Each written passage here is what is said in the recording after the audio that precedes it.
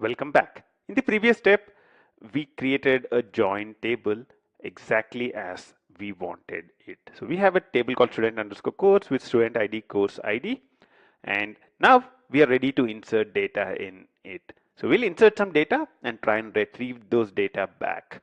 So student underscore course, we have a student ID and a course ID, and I would want this data to be inserted. How do I do that? Let's go to data.sql. So let's initialize some data in. So I have inserted the student here. I have inserted the course at the start. So I can insert this anytime after I inserted both the student and the course. So I'll go to the end. Let's say insert into the table name we gave is student underscore course. So where did we specify that? This is where it's coming from. Actually, it's all caps here. It doesn't really matter. So student underscore course.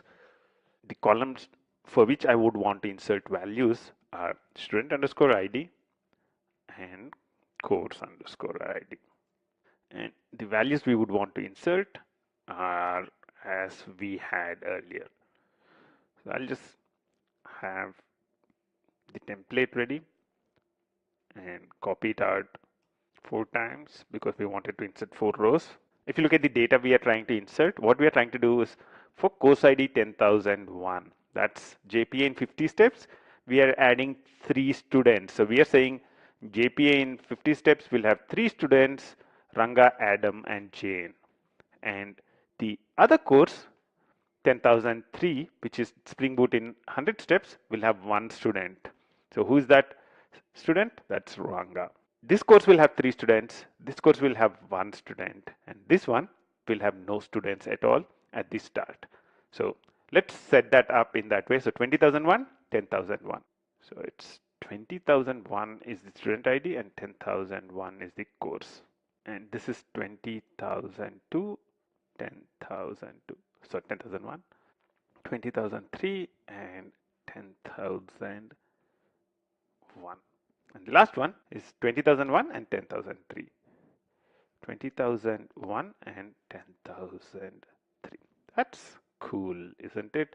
So now we have the relationship ready as well. So let's stop and start the application again to see if we have the data inserted properly.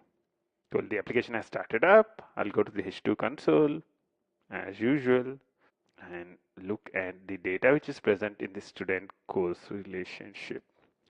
That's good. So we have the student ID and the course IDs inserted as per our need. Now let's try and join these tables to get the data. So student underscore course, I'd want to join with student table and the course table. So that's the first time we are doing a join between 3 tables. And what we want to do is student underscore course dot student ID is equal to student dot ID. And the other one which we would want to add in is an AND condition. We want 2 conditions in here. So student underscore course dot course underscore ID is equal to course dot ID.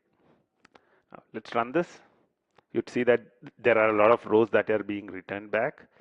Let me zoom out a little bit. Now you can see all the data that is present in here. You can see that Ranga is now part of 2 courses, JPA in 50 steps and Spring Boot in 100 steps. Adam and Jane are part of 1 course each. When I look at it from the perspective of the courses, JPA in 50 steps has 3 students and Spring Boot in 100 steps has only 1 student. That's Ranga. Until now, we saw how to put some data in and also how to get the data out using a query. So we wrote a query to get that data out. But if we are using JPA, will we write queries? Nope, we don't really write queries. What we want to do is to retrieve these details using the relationships that we have already defined on the entities. Let's do that in the next step. Until then, bye-bye.